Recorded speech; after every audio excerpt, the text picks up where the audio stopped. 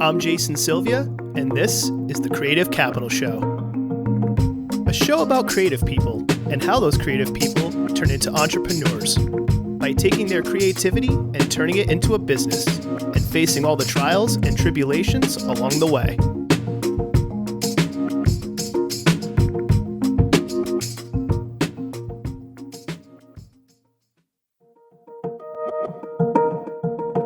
Cocktails and dreams. I'm not talking about some 80s movie. I'm talking about the real-life story of this episode's guest, Michael Silva. When Michael started bartending, he noticed a problem within the cocktail scene. His fellow bartenders and his guests didn't look like him. So from his parents' basement, he started serving his friends and created his own scene called Base, a roaming premier cocktail experience. He then created a way to take that experience home with Mixer Cocktails.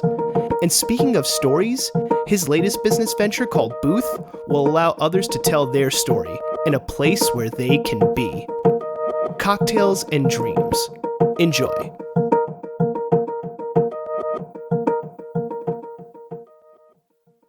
actually, I'm just going to start off with, instead of trying to go in a chronological order, we'll make it like a Tarantino film. We'll tell it out of order, and hopefully it's interesting. Hopefully, yeah.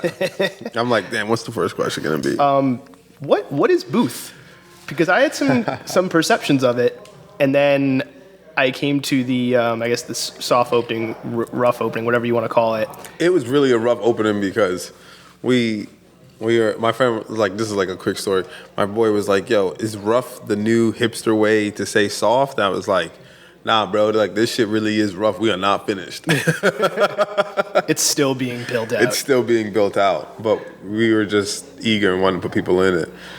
So what was your perceptions of it first, I guess is what I should say, because I know what I think people's perceptions was as soon as I said that I was getting a space. So, but go ahead. I guess strictly off the social media post, I thought it was going to be a bar. I was like, oh, he's opening a bar / night spot in Pawtucket. Like, that's awesome. Yeah. And then I came here, and then I was, I think it was, hopefully I'm pronouncing her name right, Millette, yes.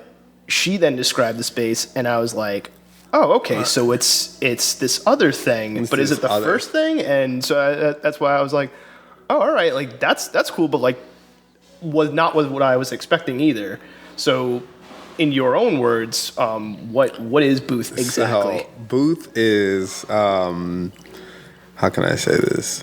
Booth is a place where you can be, right? That's our little slogan or our little thing. And Booth is a multi-medium recreational space, meaning it's just a place where we hope that we can foster anything. When we say anything, we're thinking about like local artists, the community at large. Like people really throw that C word out there a lot, like community, blah blah blah. If you want to debut your music here, if you want to do like if you're a poet and you want to do poetry slams, artists, whatever. It's really just like an open concept gallery space, if you would, that host events. And when we host events, we're probably always going to have a caterer because we're just going to cater our events. We're going to give people a little treat. And it's 4 owners. It's myself and Millette, my girlfriend, and we teamed up with Tatiana Bayana, who is incredible, who's done amazing work. She's the Central Falls City Council at large. And her business partner, Kelly Powers, they do a bunch of business ventures together, and Kelly also does a bunch of productions together. So essentially, it's 3 different entities, all looking for a place to conduct their business. And we joined resources, joined forces, joined heads, all that, blah, blah, blah. And we found a space. It's 2 rooms, 1,100 square feet. And in the back, we carved out a perfect little space for it to always have a caterer, you know? And so when we have events, we could, whether, again, we're doing a book signing, whether someone's debuting their clothing, whether we're hosting a community leadership board meeting, whatever, or if it's a professional space in the morning so folks can just come here, use the Wi-Fi, get some work done, feel like they're in a different space, we're always going to cater it. So meaning like we're always going to give you refreshments of some sort, and depending on what time of night you come, you might get a beer, something. I'll just leave it at that. What would you say just going off of that was a lot, explanation. yeah. It was good though. But just to break that down a little bit, what would you say would be the audience or client or clients, I should say, plural, that you're going after? Because there was a number of different uses, which I'm recording on location with you at Booth, and it's an awesome space. Yeah. This might be like this is like the first ever podcast recording here. And we're hoping that people are going to want to do more podcasts here. But go ahead. So there you go. So if you want to start doing podcasting, you need a spot to do it in, Booth could be your spot, you know what I mean? Besides that, though, like what type of clientele are you going after as far as uses for the space? First and foremost, we're going after people who look exactly like us. And when I say that, I mean, like, it really is important that we are the owners here and the owners look the way they do and they come from where they come from, because we're trying to empower women. We're trying to empower Black and brown people. We're really trying to be that space in Pawtucket, like primarily Pawtucket. Like, if you come from Providence and you want to do something here, that's fine too. But we feel like Pawtucket has an untapped potential of a bunch of creatives and entrepreneurs and dreamers and people who want to just see their vision come to fruition, and they need a space to do it, or they need a platform. Like, that's who our first and foremost, that's who our consumer is. That's who our demographic is. And we're trying to target those people. So you actually went right into what my next question was going to be. What made you choose Pawtucket? And for those who are listening who are outside of Rhode Island, I hope there are people outside of Rhode Island listening to this. Yeah. So if you're outside of Rhode Island, you don't know Rhode Island geography, Providence being like the capital city, like the main city with downtown. But there are other cities and towns within Rhode Island, and Pawtucket being one of them, very close to Providence. Yeah. Not long of a drive. But what made you choose Pawtucket versus Providence? Well, there's a few reasons. There's multiple reasons. Well, first and foremost, I mean, like, originally I am from Providence, like born in Providence. We lived in Providence till I was 9. But we moved to Pawtucket when I was 10, and we literally just moved right down the road. So we was over there off North Main, and then just moved right on Main Street, right in Pawtucket. I lived there from I was 9 till I was 24, 25. You know what I mean? Like, so to me, that's where I grew up. That's where I earned my stripes. So I'm from Pawtucket. My parents' house is right on Main Street. And so coming back to Pawtucket was really, I shouldn't say coming back to Pawtucket, but being able to do something like this in Pawtucket really is coming full circle, because I used to drive down this street, or anybody who's come down this street on Main Street where we are right now has all said the same exact thing. Oh, wow, this place has a bunch of potential. So that was really important. I mean, we were looking for a space regardless. I did not have my heart set out on Pawtucket. I'm not going to lie to anybody, but knowing that we were able to find a space in Pawtucket that worked was great. And second of all, most people don't know this. Most people should know this. I think I'm the first person saying it like this, and I think this should pick up. Pawtucket's probably the most important city in the country, like, period. Like, this country is built off industry. Industry started right here in Pawtucket. Slater Mill is right there. The first ever mill in this country is right there. It's literally, we can throw a rock from where we're standing, and, like, people don't really understand. I mean, you knew that if you're from here, because everybody went to those field trips growing up. But like I say, like I like to say a lot, like, Pawtucket really is probably the most important city in the entire country. And to me, it has a completely different meaning from the industry, because there's a lot of Cape Verdeans here.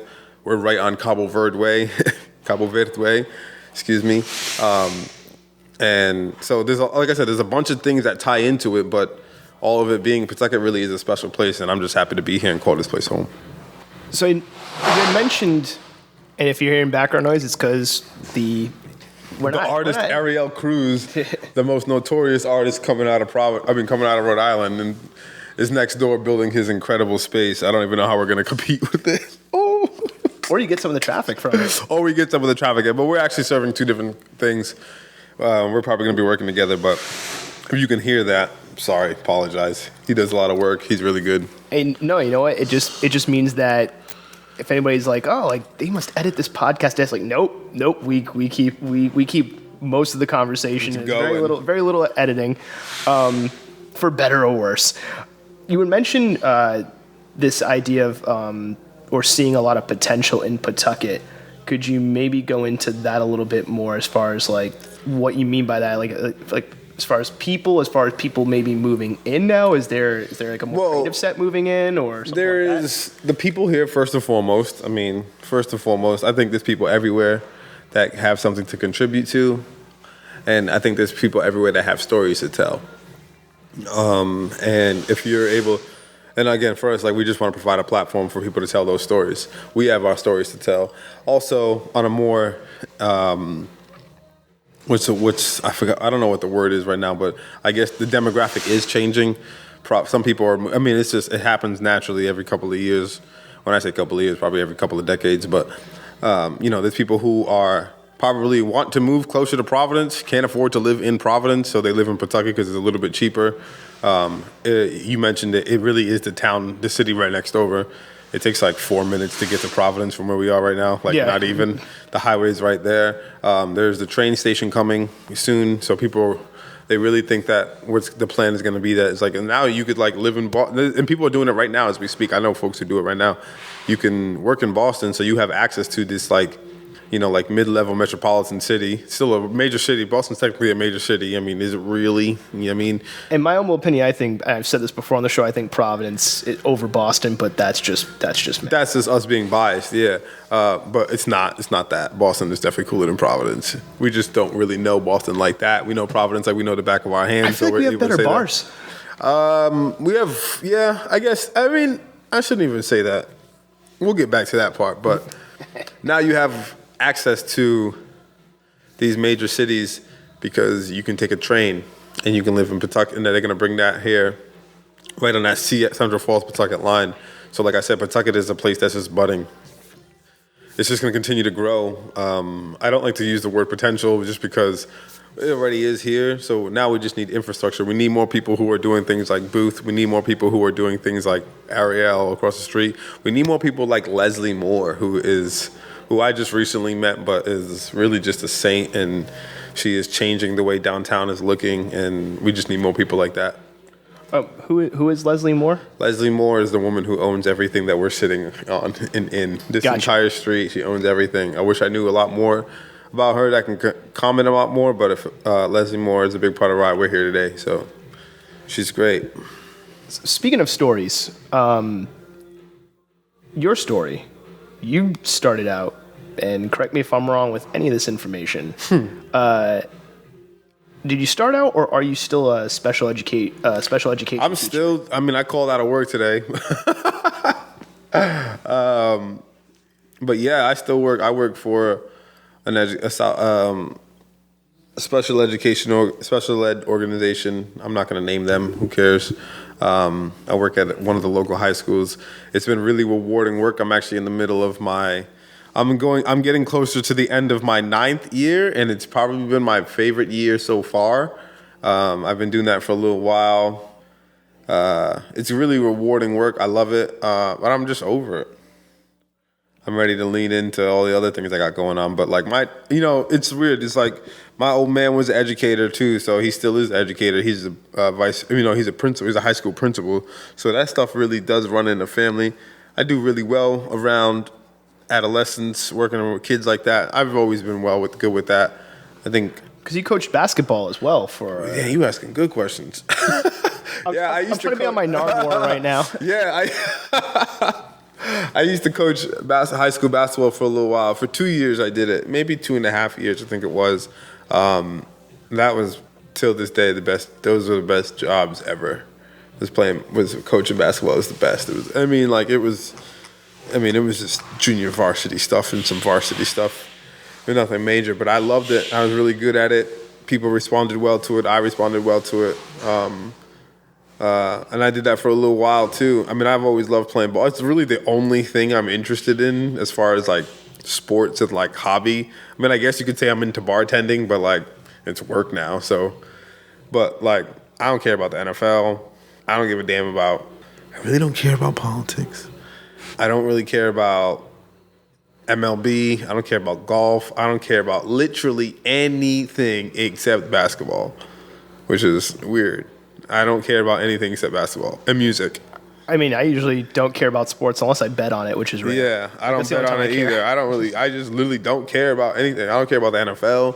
I don't give a rat's ass about who wins the Super Bowl. I really don't give a shit, except NBA. I love the NBA and I love basketball. So, speaking of things that you care about, how did you go? How does one transition from this background, right? Years in teaching, special education, coaching boys basketball, and then you transition from that and you end up in New York via a Lutheran mission? Yeah, damn, how did you know that? I do my research. So I moved to New York in like 2015, and that was really because I just wanted to be in New York. Like a year or two before that, I spent a weekend out there, and it was like we had everybody, even you from Rhode Island at the time, people didn't really just go to New York like that. Like you might have went out there for a day, touched it, you know what I mean? It came right back. Like folks didn't really necessarily used to really travel like that. Like Instagram has made everybody a nomad, which is cool because you got to be able to geotag, right? You got to let people know you're somewhere else. But this was like 2014. I went to go visit one of my best friends out there. College best friend. We still talk like every single day. Still one of my good friends. I wouldn't be doing a lot of this stuff if it wasn't for him. And I spent the weekend out there. And like obviously, I was like, probably spent a little bit more money than I should have. I fell in love with it, and I really wanted to just live in New York because the energy was great. I was one of those people who thought that like they needed to leave Rhode Island, just go experience something new. And I mean, the only experience I had was in education, so I took this like shit job. I mean, it was honest work. It was good work. The pay was trash. Was that the Lutheran connection? Okay. Yeah. Okay. I was trying to figure. Yeah, that job. I mean, it was just like I took that job, and I knew. And I'd always been someone who worked 2 or 3 jobs just out of boredom and out of just like keeping cash flowing. Like especially with teaching and working in those like working with kids and adolescents. Like you always work early in the day, so I would always keep a night job. I used to work in a grocery store. I used to work Whole Foods for a little while. Whatever, used to work. So I'd always had another job. So like when I got to New York, I was like, yo, I need to get another job. This is my first time out on my own, my first time paying rent, paying all my bills, all that shit, yada, yada, yada. I was like, I need to get another job. And I got really lucky as fuck one of my first couple of nights in New York City hanging out with my boy. And we hung out all night. And his uncle, who was originally from Pawtucket, was this little short dude, Chelso, his name.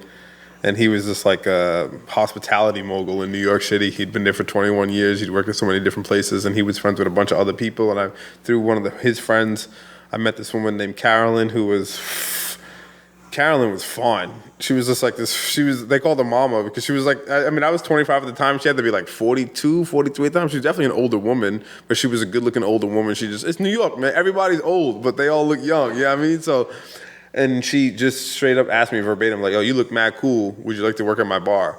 And I was just like, yeah, because I knew I wanted to work in a bar, but I didn't know that I wanted to be a cocktail bartender. I just knew that I wanted to not wake up in the morning anymore so early. I knew I didn't want to wake up work days. I knew I wanted to work nights and just be around social people and just meet.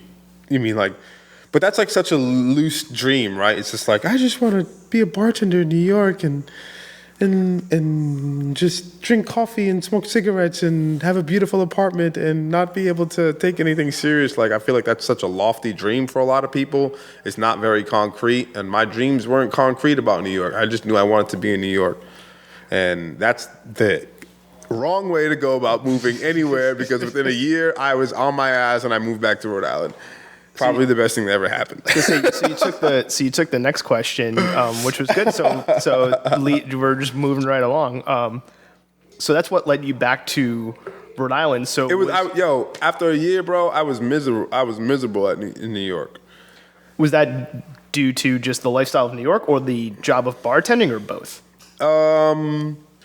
They tell you the number one mistake that I made, and I think, looking back, I wish I knew this. I thought that I could just switch my address, pull up, and shit would be peachy. You know what I mean? Like, that I could just pull up to New York. All right, boom, I'm in New York now, whatever, talk to me nice. I'm out here doing whatever. Like, it was hard, man. And I wasn't making a lot of money. I wasn't managing my money well. My apartment was tiny. I mean, tiny. There was I had my own separate room. I shared a bathroom with someone. My bathroom was so tiny. And then the person I shared the bathroom with, I just ended up fucking hating that person because she was just filthy and didn't clean or anything like that, and I just hated that. And then 6 months after I moved to New York, my girlfriend at the time moved in, and you could be living in the fucking White House. As soon as a girl moves in, you need more room. It's just how that works. You know what I mean? As soon as anybody else moves into your space, you just need more room. So that was driving me nuts. She wasn't doing so well. She was really, she was like drowning out there, struggling. And I was just super stressed. And I hated that job. I just hated it. Then it wasn't working so well at the bar.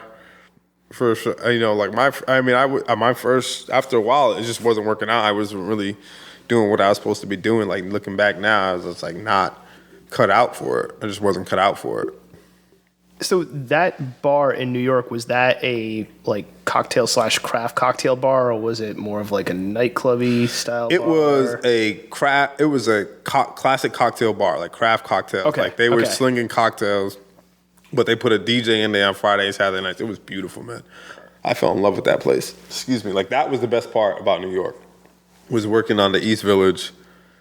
I used to look forward to those nights every weekend because it was new. Every shift was new, you know what I mean? And like it was New York, so I was just happy to be there, you know what I mean? So like, again, we're right on Bowery Street, East Village, like it's happening. So you're meeting all sorts of I'm meeting all sorts of people, all type, you know what I mean? Like it's really the place to be. I'm getting out of work at like 5, 6 o'clock in the morning. I used to get out of work and I'd be the only person in the streets.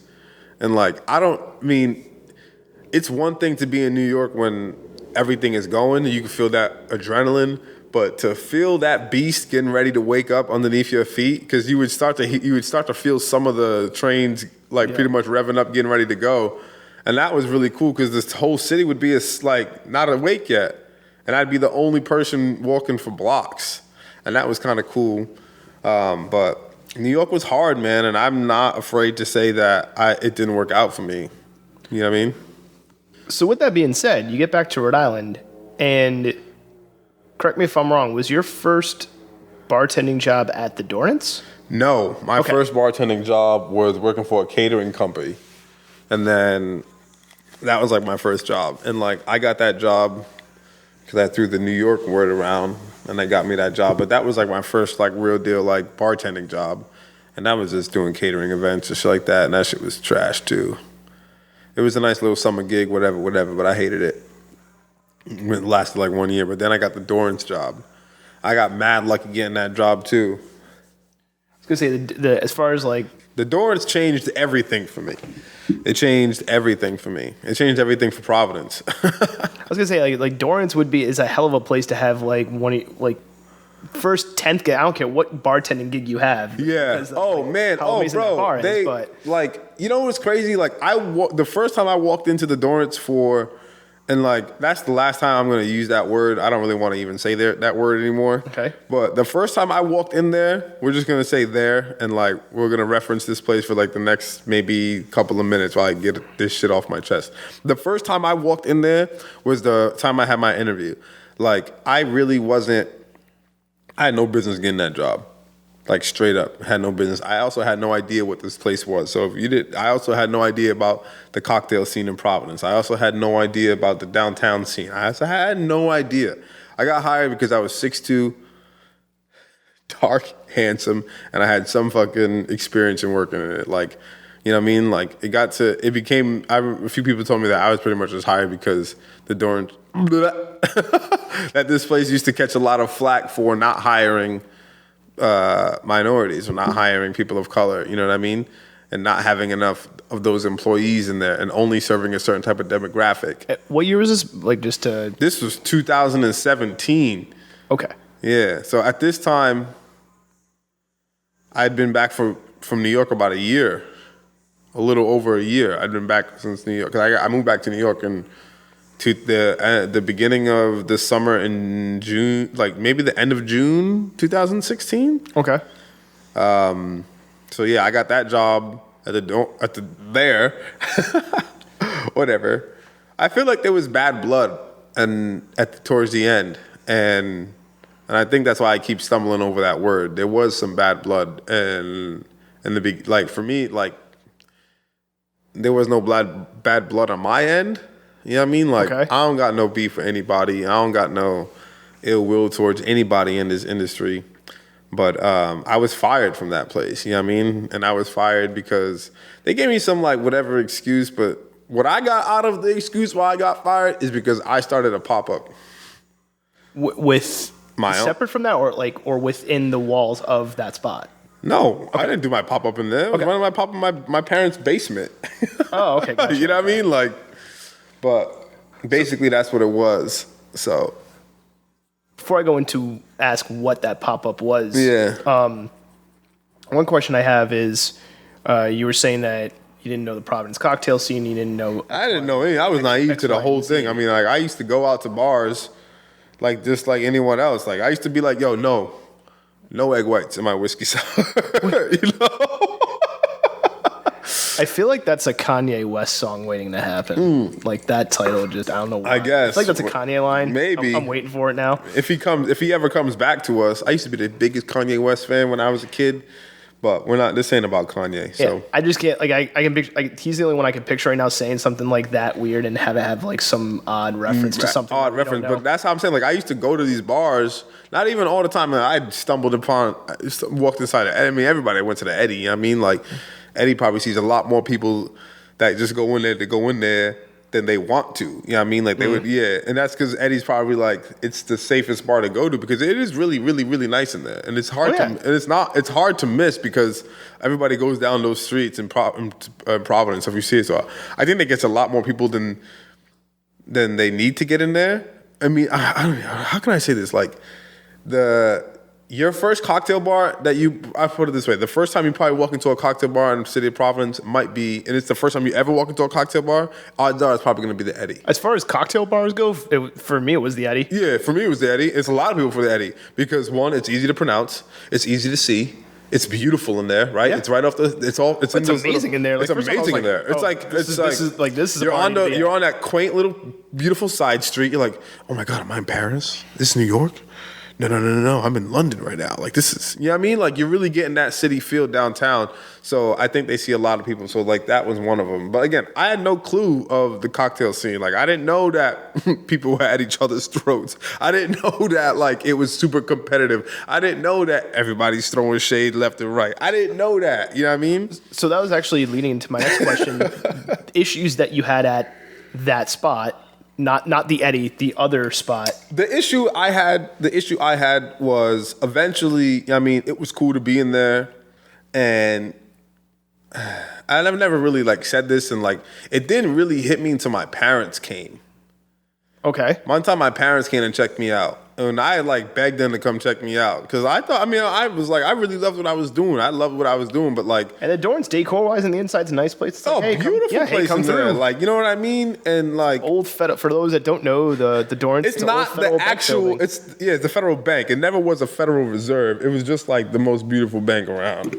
It wasn't necessarily like they never had like gold bars in there. I mean, it's got freaking stained glass windows of like it's beautiful. Crest. It's ridiculous. It's like UN in there. It's like United Nations in there. It's beautiful. It's like every country's represented in those stained glasses. It's kind of cool. But again, like I had never said this out loud, but it really hit me the day my parents came and checked me out because my mom was just happy to be there, but my dad was just like, this is whatever. You know what I mean? Like, and then looking around, they were the only people who looked like me in there.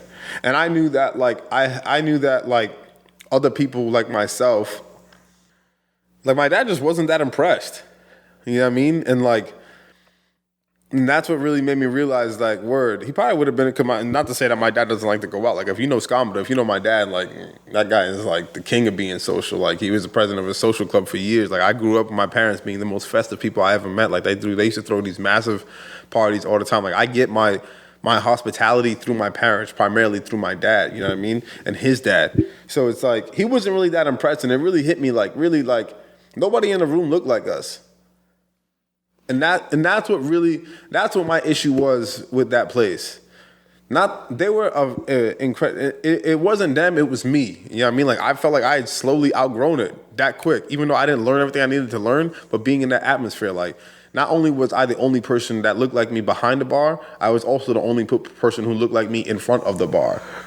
That issue, was that only localized, and maybe it's a little bit difficult to say because of hindsight, was that localized to just that one particular establishment, or was that indicated? I don't know. Okay. I don't know. I mean, I used to say it out loud on my chest, and I don't really know. But then I also, like, I started this, like, yo, I didn't really know about the cocktail culture, but I did kind of know that the bars that I did go into, though, or the places that I did go to around here, like, again, people don't look like me, bros don't talk like me, they ain't walking like me. You know what I mean?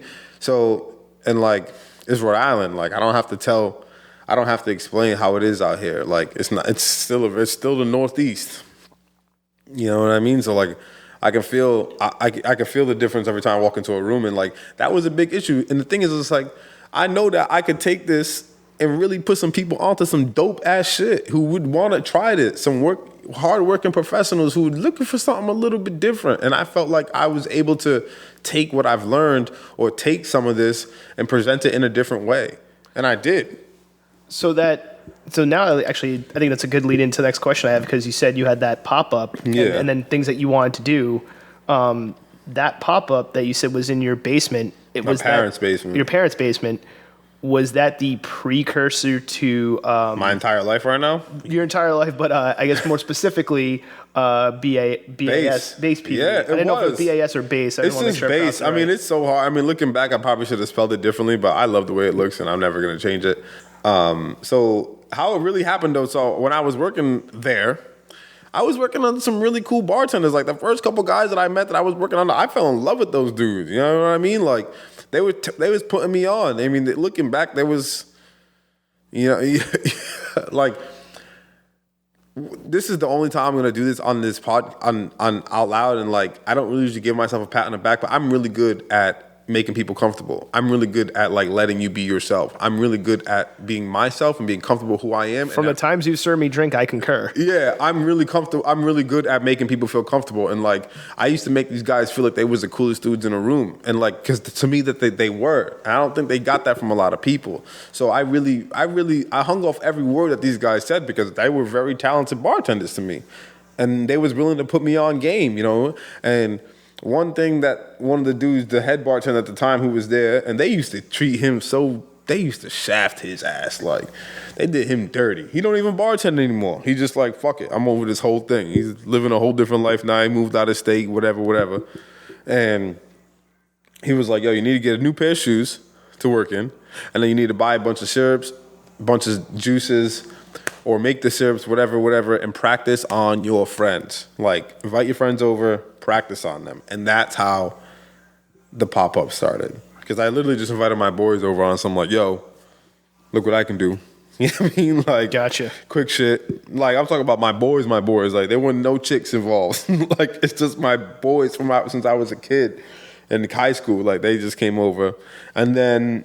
But my parents' basement, I mean, I was living out of there. It's a Cape Verdean basement, you know what I mean? So it's like, it's fully outfitted. It's got like its own entrance, a living room, kitchen, washer, dryer, bathroom, shower, 3 bedrooms. Like, it was a big basement. And then the kitchen, they kind of built like a counter/bar area. And I used to serve on that. And it was perfect because that's the way my dad built it. Because again, my parents used to... All they did was throw parties growing up. They throw massive parties. So like, when my dad when he single-handedly built that basement with his own 2 hands, he built it with that in mind, that we could host people and that we could just entertain folks. So how would you describe the growth of bass? I want to make sure I'm saying it right. Yeah, bass. How would you describe the growth of it? Because it started out in your parents' basement, but then it grew into pop-ups at other establishments, other spots. What was that trajectory? I want to make sure I'm pronouncing it right. Trajectory, like, and how did you facilitate that growth? Because there's, you know, as far as from what I could see, and maybe from like what the outside would see, it's like, oh, it's this event, it's this thing, it's this night at these establishments. But there was obviously some kind of growth going from parents' basement to that. So could you talk about that a little bit? Just how you facilitated that growth and what that growth was like and what you had to deal with and pain points, any of that kind of stuff. Word. So, I mean, eventually, right, so after I did the first, like, just invite my boys over and, like, look what I can do, like, it really started to turn into, like, full-blown pop-ups. And we were inviting people on strategic dates. Like, one of the first ones I, like, really, really did in my parents' basement. Like, I, like, really went all out. Like, we had a menu. Place was outfitted like a bar, low dim lights. There was snacks. There was candles. Was there a DJ as well? There wasn't a DJ. Music? I was playing. I mean, I curated a music list and like. Gotcha. I had really. I mean, at the time. I mean, another thing people always give me credit for, and this, and I'm gonna talk about myself. Who gives a shit? That like one of my friends says that I'm always listening to music that people should be listening to next year. Or people should be listening to. You have good taste. That's you know what I mean. So like I felt I was just playing some tunes, and I felt the tunes were good, whatever. So I took care of all that, and it really just started growing and growing and growing organically. And it got to the point where I was like, "Word, I need to get out of this basement because I had outgrown the basement." But I had done like 4 or 5 pop-ups down there, really. So how did you transition from getting out of the basement? And I think that's so funny, getting out of the basement, because that's like a term that you could use across like so many different things. So like many terms. You got out, but you did get out the basement. We outgrew the basement. And really, Instagram. Yeah, Instagram. Okay. Instagram, because I would post about it on my Instagram, and then like people would be like, "Oh, what's this? What's going on?" And like just asking questions. How were you choosing, or how did you foster the relationships that you were able to do base at like other establishments or involve other entities? Because I've seen some base events that do involve like certain DJs and certain people around town, or it's at this cocktail spot or this bar or this place or this event. How did you foster that? Like, how did you make that transition of like, hey, you're at these places now, and that like your thing is the reason to go to that place. Maybe it's not the only reason to go, but like you're making it like a thing. Like, I hear you. You know? So that started. I mean, first and foremost, again, it starts through Instagram. Because we posted a story, I posted on my story little snips here and there, and like I think it was after the last one I did in my parents' house. The next day, I worked the shift at that place there. Gotcha. Okay. And at the time, one of the bartenders there, this woman named Rachel, who was just if she's the reason why, she's the one who kind of like, she invited me to do a pop-up she was running a supper club with a friend of hers, a woman named Siobhan, a woman who used to own Berry. Oh, okay. Yeah, yep. They just had a beautiful baby daughter. Because that's how I met you. Yeah, that's how I met you at Berry, yeah. So it was them. So before they opened up Berry, they were just doing like supper clubs out of Siobhan's apartment. It was a beautiful, weird space. Like, those pictures are going to last forever. It's a beautiful space. And and that was like our first ever like pop-up, basically not in my parents' basement. So to me, that was like our first official one, because we invited folks. We gave people invitations. We charged people to come. The ones at my house, I didn't charge anybody anything. You just come through. You know what I mean? Like, I just come through and chill. But this one, we were charging folks. It was very curated. It was curated down to the T. And it really threw people for a loop. And then we just hit the ground running from there. Really, again, through social media. And then, but like, Rachel knew a lot of people. And I got connected through a lot of people through Rachel, who lives in Italy now. She just like packed up her shit and bounced. I wish she still lived here, because I feel like I'd be doing so much more, but we're moving at a good pace without her anyway. At a great pace, actually. But I wish she was just here, because she was in like an inaugural part of the team. You know what I mean? Like, without her, I would have never really got started, kind of. She was like a day one. And she was really like the one who kind of like, she's the one who introduced me to Siobhan. And she's the one who kind of got me into that space, and she helped me with a bunch of stuff. She also worked a bunch of events for me too, so whatever. And like, again, it was through Instagram, and like, it was through people just, honestly, like, if you move in a certain way, or you present yourself in a certain way, or you work a certain way, people are just going to be naturally gravitated towards it. And like, Gotcha. If it looks, I mean, like, you know what I mean? Like, if it looks like a duck, walks like a duck, I want to go pet that duck. You know what I mean? So do you think it came from like an authentic place? I think so. I think it came from an authentic place, because like I said, like, I wasn't in this industry before. Like, I knew a few people, like, you know what I mean? Like, I know a bunch of people in Rhode Island, because I'm from Rhode Island. I went to URI. I have a twin brother here. We know a lot of people. So like, but this is a different realm that we started to meet, and it really just started to grow organically. And like, and then it was people just reaching out. A lot of the things that we did, it was people reaching out to us. Like, I think every single I think almost every. I remember when I first started to realize who Charlie Tunes was. You know who that is? The low key guys. Oh, okay, all right. I approached Charlie Tunes though, because I knew that guy was mad cool, and like, this was a grip ago, but I'd let him know, because I knew that he was playing stuff that I wanted to play at my parties. That I knew that we and him had similar taste in music, so I approached him and let him know what I did and what we were doing and what I was looking for. And then that's how me and him got cool. And then that's how I got cool with the low key guys through him. And we've done some stuff with them. We're actually planning something with them right now. But like, who else have we worked with? Well, when we did Barry, that was through Rachel and Siobhan. Like, Siobhan's become one of my really good friends. You know what I mean? Who else did we work with? Did you guys do Justine's? We did Justine's. That one was, I remember like when I first started doing bass and like, I went to Lonely Street one night. We did Lonely Street before we did Justine's. I was gonna ask which one came first because we did the Lonely Street. And I remember the person who was working there was like, yeah, this guy's never gonna go for it. I'm not gonna say his name, but they were like, well, he's never gonna go for it. He's never gonna go for it. And then sure enough, but I made that connection through Rachel because Rachel was good friends with him and she had worked with him before. Gotcha. Okay. And Rachel made that connection. Basically was just like, yo, basically just put us on. And then we were able to do that. And like, again, and what he saw when I worked at him, I mean, like, again, like, I think I do a good job of establishing relationships with people. And I think I do a good job of just being myself. And I was able to be myself with this, one of the best. This guy, like, if we start to think about like all the like bars, like real deal, like classic cocktail bars, right? Like his name comes up a lot for a lot of the places. Like if you're talking like the Magdalene Room, like Louis Fuller's, or Isadora's, Justine's. Now, I mean, Isadora's really isn't really anything now. I mean, well, yeah. But before, like this is before like the Magdalene Room. Before it was, this is again like I feel like Isadora's was Magdalene Room Part 2. Yeah, but Magdalene Room was in this prime time location. Like right. if you show that was like people. I remember going there in like 2013, 2014. You know what I'm saying? Like, what else did he do? Lonely Street, Justine's, all these places. Like they all have a common theme. It's like that guy right there. So like, I got to learn a lot from him, and worked with him. And we got that Lonely Street, and I think he saw it. We filled the room. We put more people in one night in his room on an off night than he did in the whole week. So it's like, I think he kind of saw, I mean, he just kind of saw the pull. And then got to the point where he was the one reaching out to me. You can't even text that guy. You can't pick up your phone and call him. He doesn't have a cell phone. He got a landline. I don't even think he got a landline. He only communicates through email. And he emails me all the time talking about, are you interested in doing this? It's a quick payday for him. We get to use a real beautiful cocktail bar.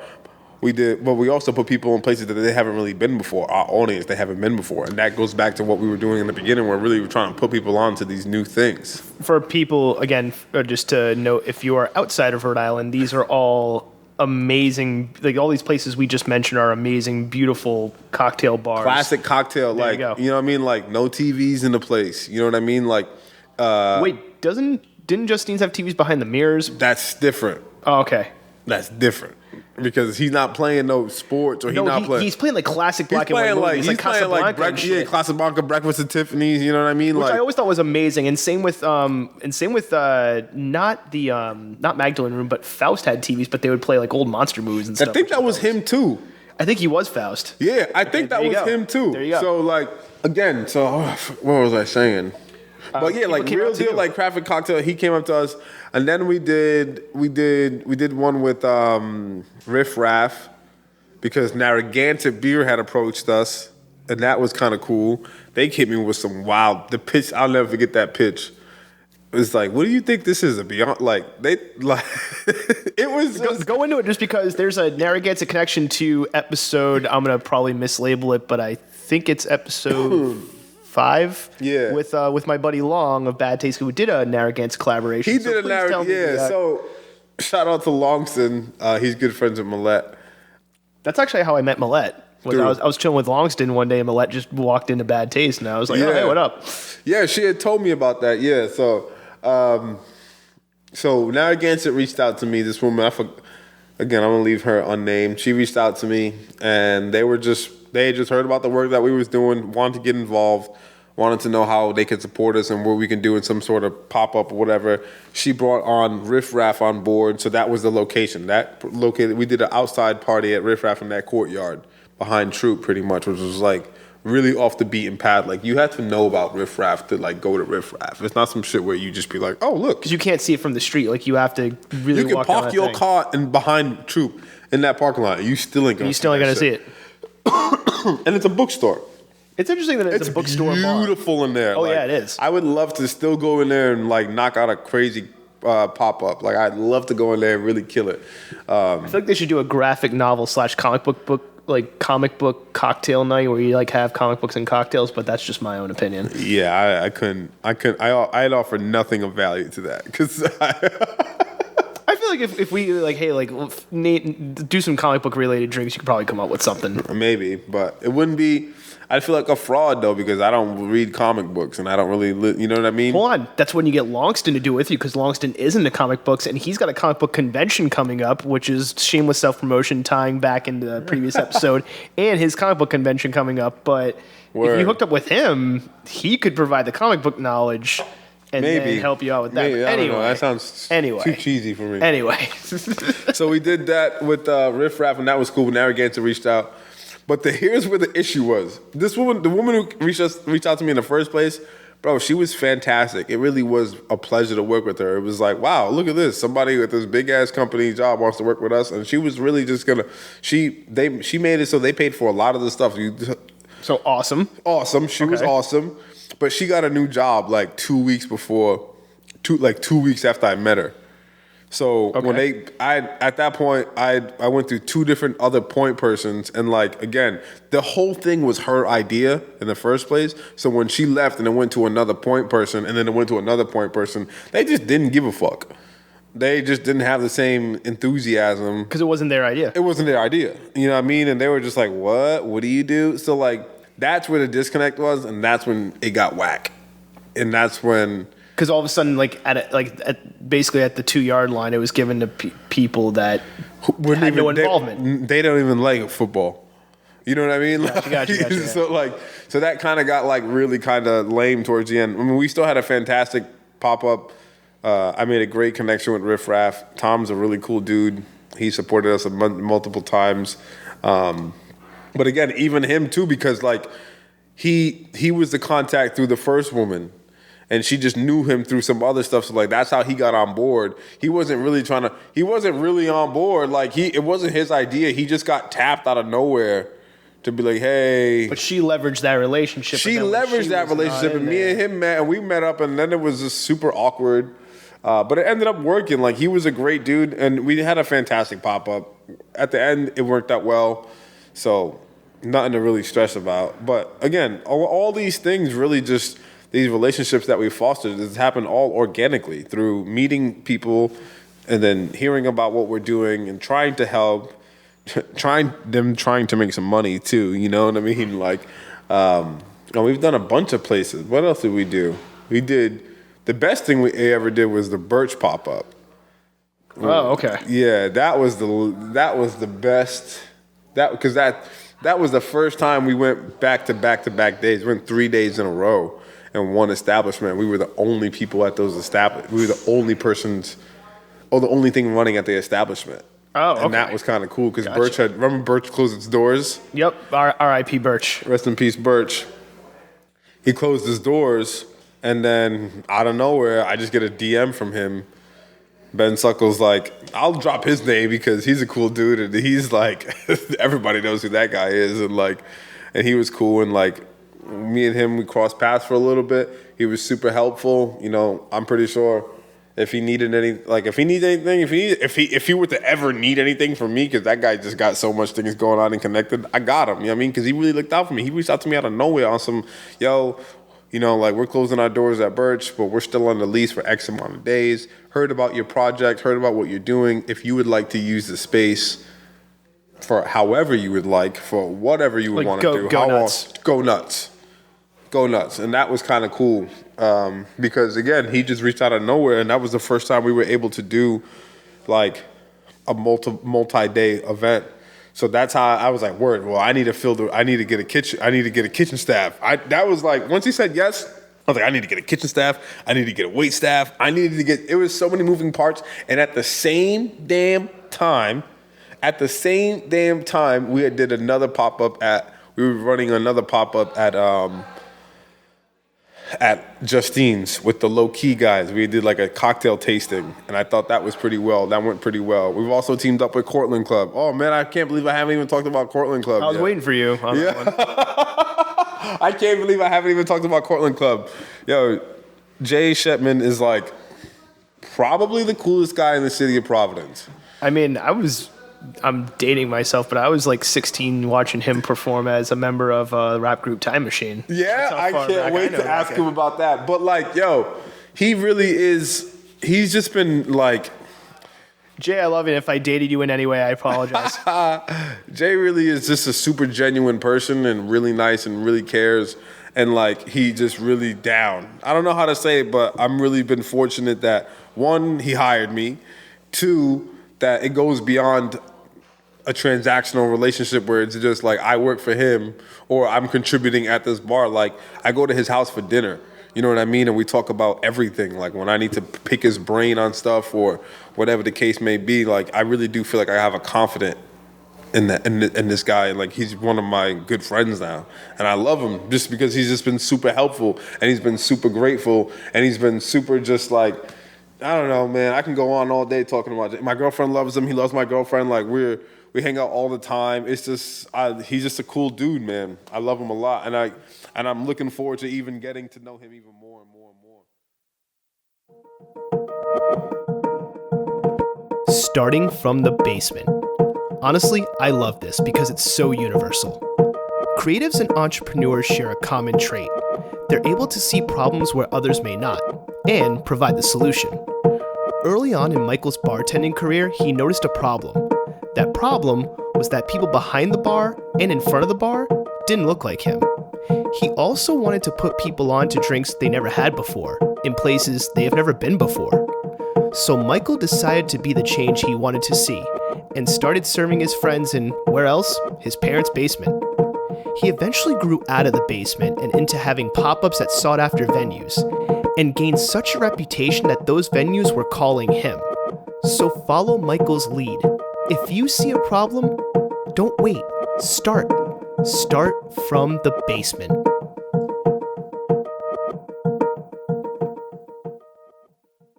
So you're able to grow base from a organic, like you got these different spots, you're growing the audience, you're growing the opportunities.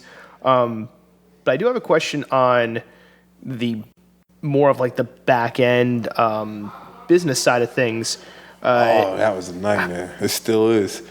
So one question about that, Social Enterprise Greenhouse and Hope and Main Food Incubator. Oh, wow. Have you worked with both of those, and did they help with base, or did they help with other things that you were doing? They helped. All right, so they helped because, again, I was working in education. I had no idea. I mean, I grew up, I didn't think I was going to want to own a business. I didn't think that I was going to want to do any of this stuff. This was never anything that I thought that I wanted to do or that I even just remotely even thought about. So when I decided that I'm gonna start a cocktail business and I'm gonna like I had no idea how to run a business or start a business or even what to do. And what places like Social Enterprise Greenhouse do and places like Hope and Main, they take people like me who need all the help and infrastructure. So you have the idea, but you don't have the back end info. Thank you. And they give you the back end info, and it was really helpful and it was really grateful. Without both of those programs, I wouldn't be where I'm at right now. So just to dive a little bit deeper, because one, I think Social Enterprise Greenhouse, depending on when you listen to this episode, but Social Enterprise Greenhouse was in local news recently because Vice President Kamala Harris visited Social Enterprise Greenhouse. Oh, did she really? Yeah, because like damn, I was driving around there. They didn't hit me to serve her with some drinks, though. SEG, come on. But she had visited. We just had a drink named after Kamala Harris. But she had visited. The laughing is by the way not planned, so that was just a weird timing thing. But thanks, guys. I'll be here all night. But she had just visited, so I'm just curious. What did Do both Social Enterprise Greenhouse and Hope and Main Food Incubator cover the same stuff, or did like for the one most cover part, certain things and the other one? For cover the most other? part, they cover the exact same thing. Okay. It just so happens that at Hope and Main, you can just follow through and get your licensing, and you can actually use the space to like build your food. And the thing about, but Hope and Main is primarily for like food and restaurants, Hospitality industry? but food products, really. Oh, okay, food okay. Products. Gotcha. And it really is an emphasis on product. Like, if you got a food product, you need to go to Hope and Main. If you are like us, like a caterer, I was just about to ask because you didn't have like at least a. We'll get into. You do have a product, but that's a different Another thing. product, but like base doesn't have a specific product. Your service. We're servers. I mean, the base product is mixer.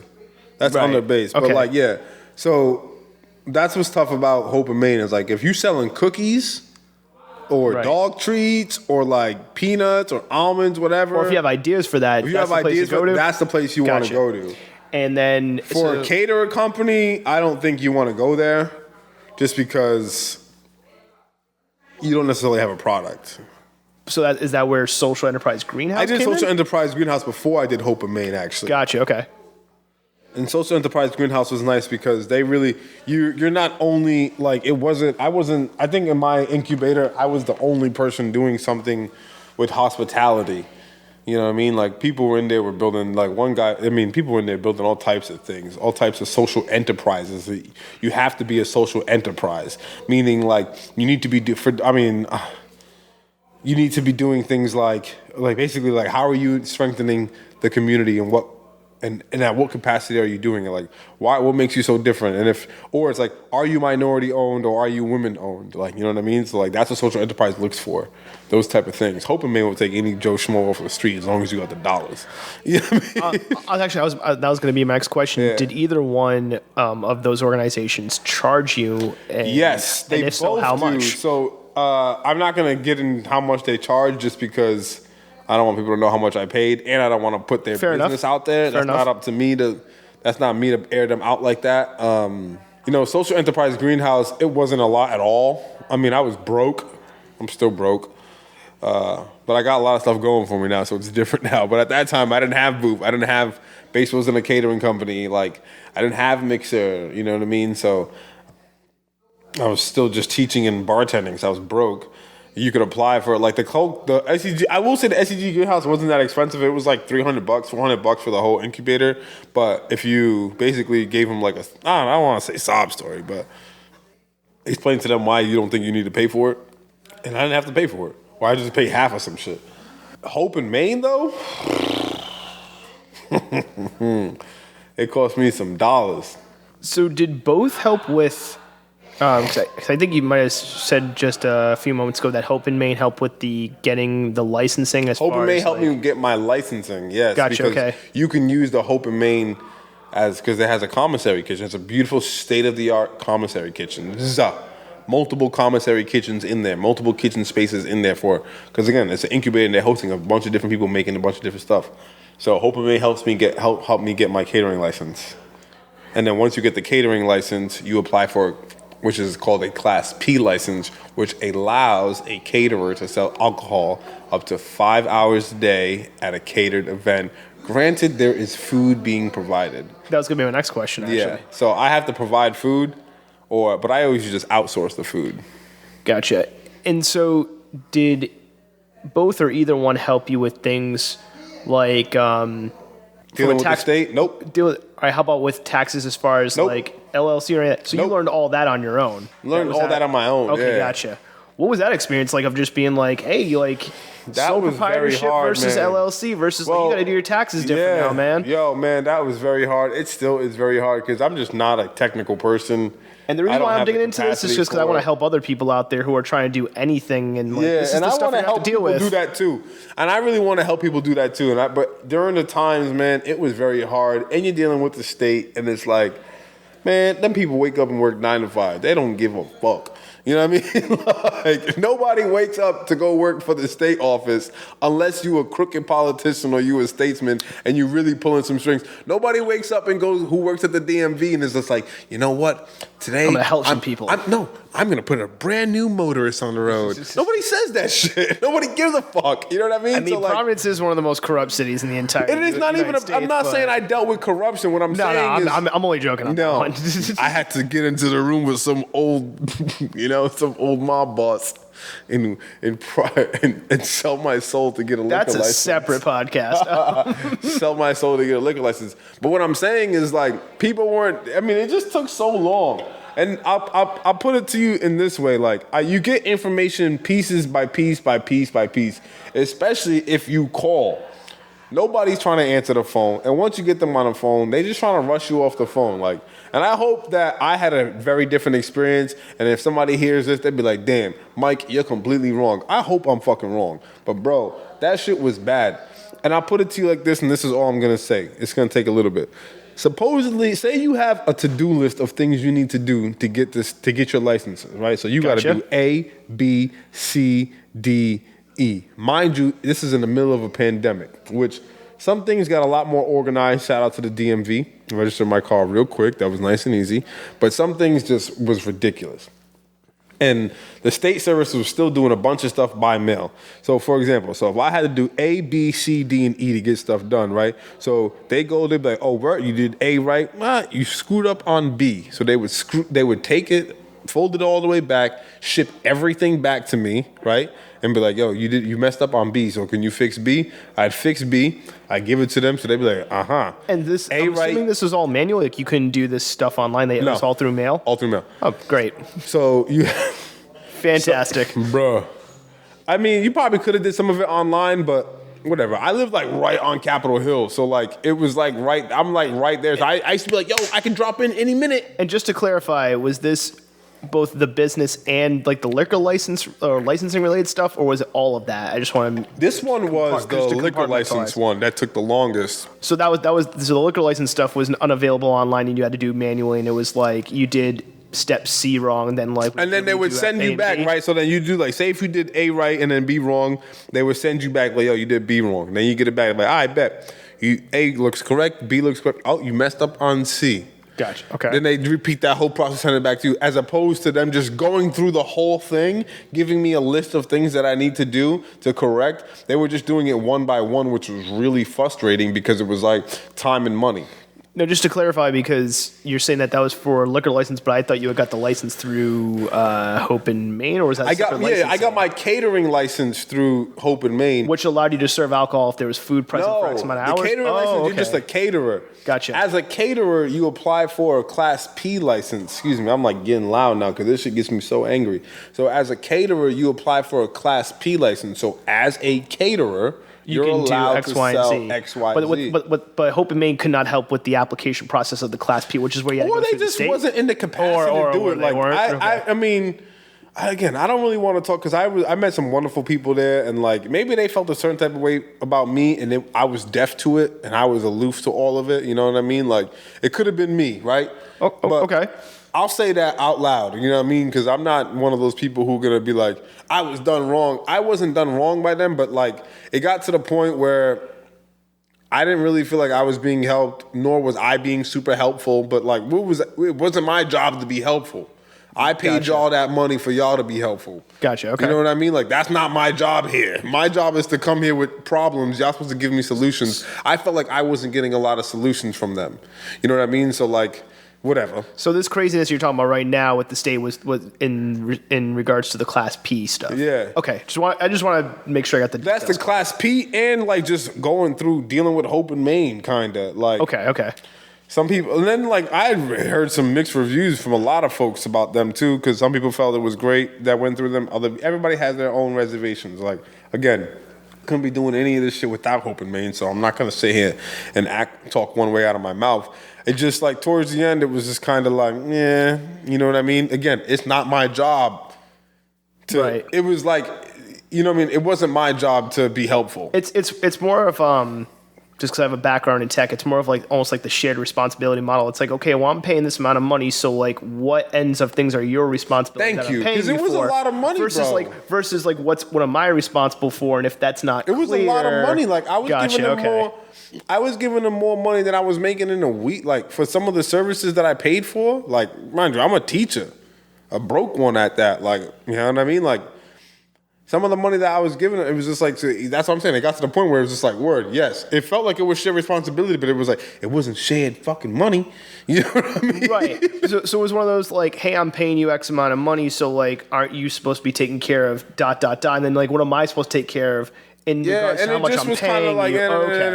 Whatever. But then whatever. Then you just like go through and then like, I had to like, luckily I know some people who are some statesmen. Luckily I know some people who work for the Department of Health. Luckily, I knew someone who worked for the state. And those are me being lucky. That's just me. That's just the 30 years I put on this earth at that point. I'm 31 now. I just turned 31 2 weeks ago. But that's just off the people who I knew, who just so happened to work in these positions. I was able to tap them. And that's how I really got it. It took to that point. I had to be like, yo, all right, I'm calling in a favor. Yeah, and again, this is just the licensing. So this is outside of like you having to become a business entity. I'm guessing. The business, you had to be a business entity before. Well, before you even do that? Okay. Do all that. I mean, like, Gotcha. Hope and Main does that for you too, but I already set up the Hope and Main as an LLC.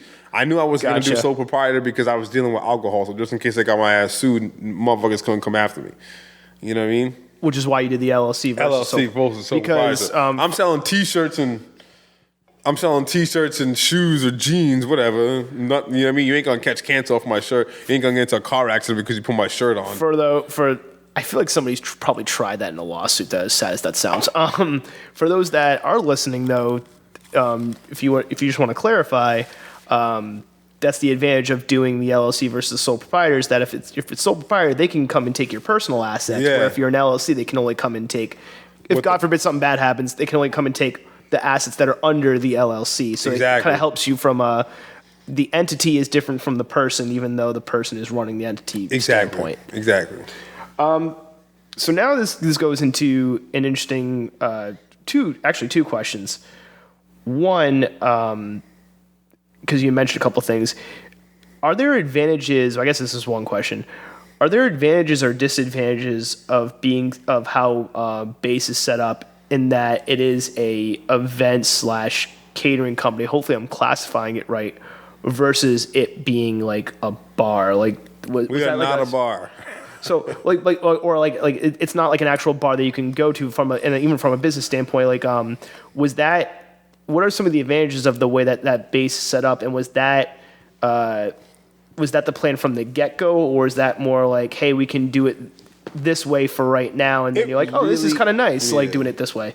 It really has been set up like that since the beginning, because I knew that I still do. I still want to be able to like pop up in incongruent spaces, right? And be able to be this roaming cocktail program. That phrase right there, people have been saying it over and over now. Rody Magazine just said it, but like I got that from Ben Suckle because he's the one who said it like that. But it really was supposed to be like a roaming cocktail program that pops up in all these different spaces that you wouldn't think a cocktail bar would be. So you'd go to an event, like, oh, I'm in the Providence Public Library. Oh wow, there's a cocktail bar back here, in between the history books. And Providence Public Library is kind of a beautiful spot to have a drink. So, yeah, it is. Or it's like, wow, I'm in the laundromat, and these guys got drinks at the laundromat. There's a DJ here in the laundromat. Oh shit, I'm in one of the oldest diners in the country, Elmwood Diner. Why is there a cocktail bar in here? You know what I mean? So I wanted to keep doing something like that, and then because I knew that's how I wanted to do it, that's how it was presented to me. Like, you need to structure your business as a catering company then, because then to give you that flexibility. To give me that flexibility, and I don't have the capital, and the money, nor the time and patience to have a brick and mortar and go into a full blown bar. That shit costs a lot of money. You get the license, staffing, kitchen. You got to pay people to work. You got to pay for the food. You got to pay for the boot. You got to just pay for so much shit. And like, I'm not there yet. You have Base. You have Booth. We've talked about 2 out of the 3 of the Holy Trinity that you run. And you mentioned it a little while ago. Could you describe for anybody listening what Mixer Cocktails is? So, shout out to Millette. Shout out to Georgetown University, the grads. So Mixer is Millette's brainchild. It was really a way of, right, so we're doing these pop-ups, and the pop-ups were like few and far between. They're maybe like once every 3 to 4 months. I'm working full-time, so it was hard to do those things. As fun as it was, as much merit as we got off of them, as much people as we were able to service and touch, it was still hard to connect with our audience on every day or whenever they wanted to connect with us, right? So Mixer is a way for us to connect with our audience when we're not actively doing a pop-up event.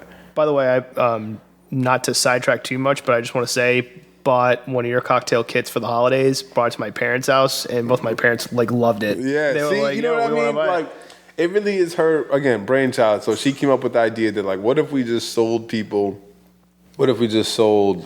the ingredients and the stuff and the things to make cocktails?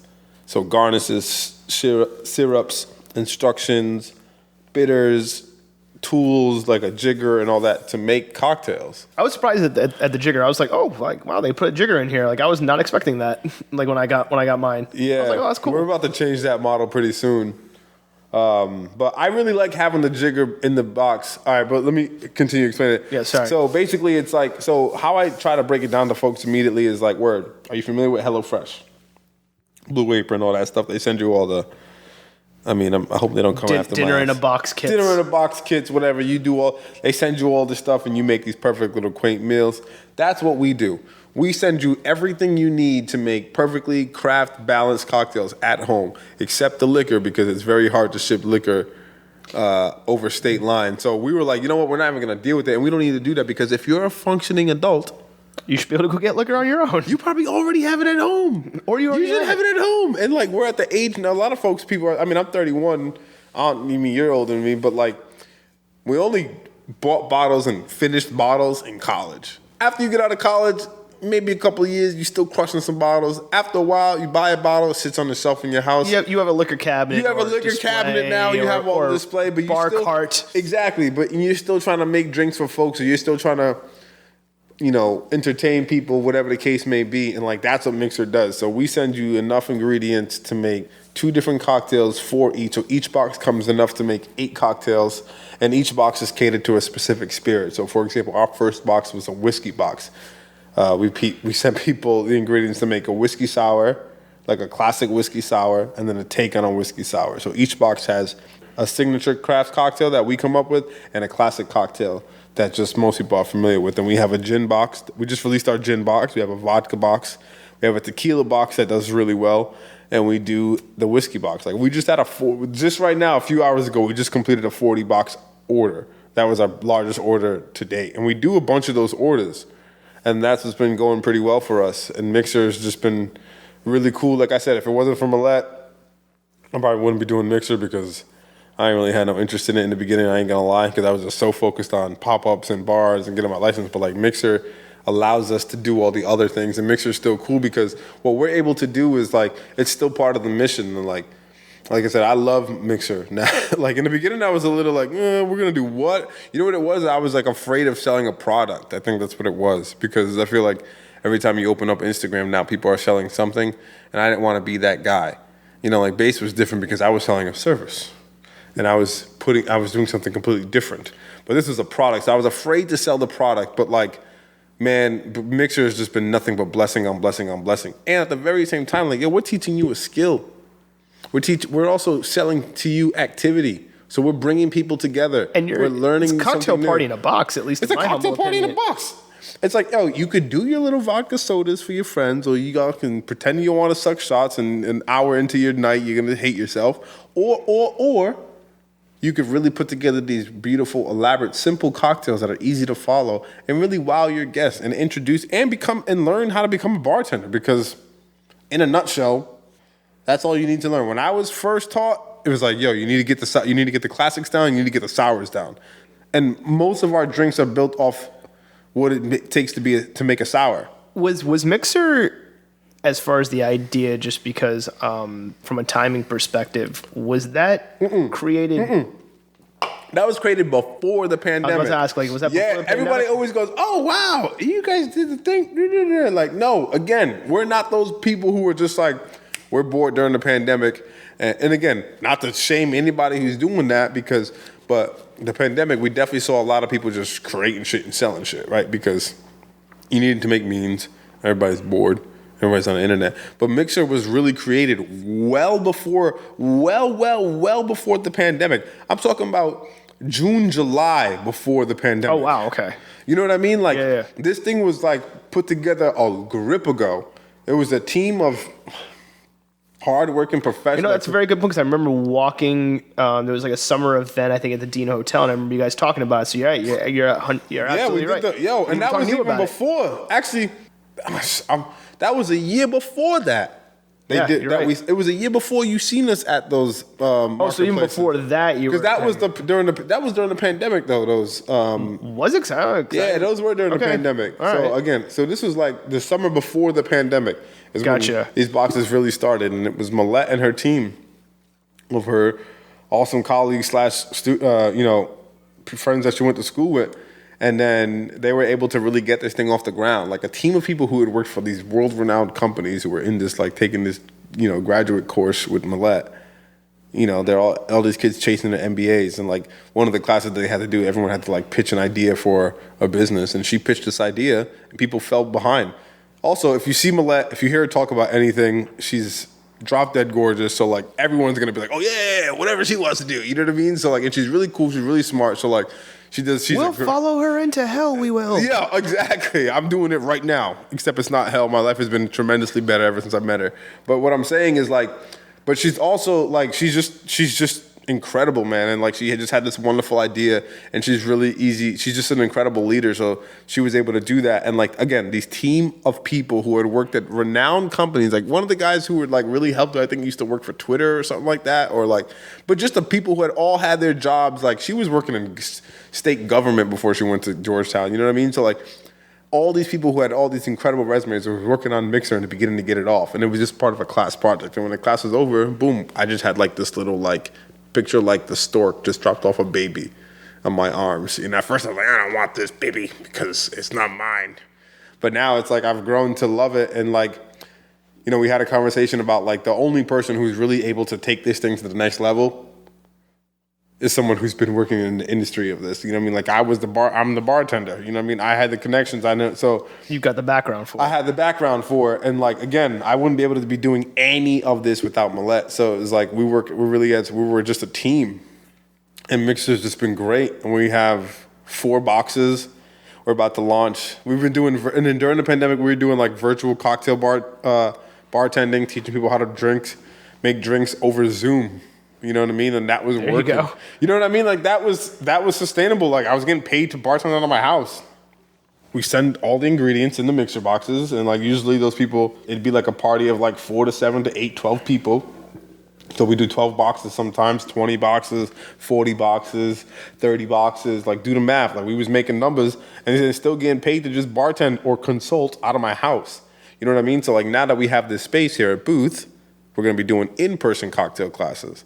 So think like a wine and paint night, but we're just going to teach you how to make a cocktail. There you go. You know what I mean? So hopefully it works. I mean, I don't know. It sounds kind of cheesy when I say all this shit out loud, but again, we create activity, we create community. You're teaching you a new skill. I don't know. It's something to do. You're going to be in this really cool space, Booth. Having the idea versus having the knowledge. You may have the idea for a business, but you may not have the knowledge to get that business off the ground. And that's okay, because when Michael was starting his service-oriented business, he didn't have the knowledge either. That's why he went to places like Social Enterprise Greenhouse and Hope on Main to gain that knowledge to execute his business idea properly. So you don't have money to pay a person or a service for knowledge? Use your social circle. Michael used his partner circle to establish his second business, Mixer Cocktails. Whether it's from a paid service or from friends or even friends of friends, get the knowledge to make your business idea happen. So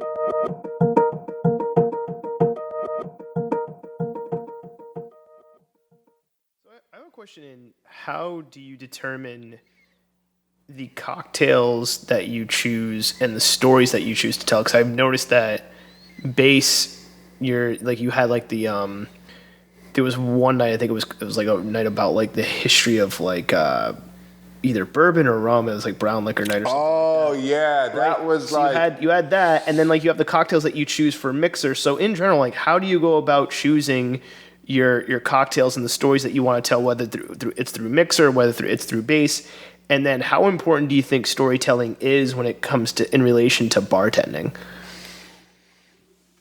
Oh man. Well, mixer, there's really like a structure that we try to follow because there's a business structure. It's like we need to get a syrup, and we need to get a sour, we need to get a bitter, and we need to get a garnish, right? When I say sour, I mean like a citrus. So a citrus, so very structured. So structured because that way, basically most cocktails are 2 to 3 ingredients, not including the spirit. So you already have the spirit. So based on like how many bottles that we use and what we can ship to you, so that's very structured. Base is about it's really just been a platform for me to address things that I want to talk about or address things that I want to go over. And like when we did the black and brown, and I want to do that one again. I think that one was probably my most powerful, my most thoughtful storytelling. It was we really just wanted to talk about these spirits that like when we talk about bourbon or we talk about fine rum or we talk about cognac, all those spirits have like there's a certain connotation that comes with every single one of them, right? So it's like certain like images and things that pop up, head. And it's just like Cognac's an interesting one too. Huh? Cognac's an interesting one. Cognac. Yeah, I can. There's a terrible one about cognac. Black people just only drink cognac because black people like Hennessy, whatever. Like, but do you know why they like Hennessy? I have no reference. I just know that like black people drink Hennessy. People I just know people Pastor like Cavassier, yeah, like Hennessy Cavassier. But then it was weird is that when I met people that were like really into cognacs, they were like, "Oh, Hennessy's not even like the Hennessy's top like the one. bottom shelf." It's like, and it's just like, so why is it from? Like it adds just more questions, at least for me personally. Or it's just like whiskey. It's just like when you think about whiskey. Image in my head was like Bullet, and I was like, "Oh, Bullet sucks." Yeah, but like for when me. you think about like when we think about these, especially whiskey and spirits, it's like if you're drinking like really good stuff, like it becomes sort of like this classist, elitist type thing where like I'm drinking this fine barrel of whatever. La-di-da. It's been in a cherry oak barrel for whatever. A monkey took a shit on it. And like they use these. I like monkey shoulder, but that's one's relatively cheap. And whenever I see monkey shoulder now, I'm just gonna think I don't even know what that is. Shit. It's a blend. It's a blended whiskey. Yeah, it's like $30 a bottle. It's not bad. But I got some blended whiskey on us right now. If you really want some. But it was just funny. You said a monkey took a shit. I just like making monkey some shoulder funny now. Shit up. But like. I mean, really, it just becomes one of these things like elitist things like words. So, all right, so if you're basically like only white people can enjoy it, all these like really fine, high established white guys can enjoy it because they know what they're drinking and they can tell what the difference is, whatever. And then it's just like cognac is like, oh, black people only black people drink cognac. I'm like, well, do you know why they don't? That shit goes back to like World War II and before World War II, and like. When, again, whiskey was regarded as the white man's drink. And it was like, boy, what you doing drinking that? You shouldn't be drinking that because you're not good enough to drink this. This is what I drink. You're not good enough to drink this. You know what I mean? So that's how whiskey really kind of like, if you do your research, do your history. But then you like dig a little bit deeper and you realize, all right, well, who was the people actually making this stuff? It wasn't no white guy. You know what I mean? Like, they've been making whiskey since the beginning of time. And if you think white people were just, getting down and dirty and making alcohol, hell no. You know what I mean? Like, black people were making this thing. Like, have you ever heard of, like, Uncle Nearest? I was gonna say, isn't there like a story with the head distiller was like for like one of the head like whiskey companies was like the number one whiskey company in the country, bro. Right, but like didn't get his due because of like because he was black, because he was black, and like all this other craziness because he was black, and they were just like so it's like you hear about stuff like this, and like again we still look at it. I remember reading about that, and I was like, wait, what? like you know what I mean? Like holy crap! You know what I mean? Like so it's just the way America perceives consumerism almost. Like if a certain demographic consumes something, then all of a sudden they're prestigious and elite. But then if another person does it, it's just like, oh, it's filthy, it's dirty. You know what I mean?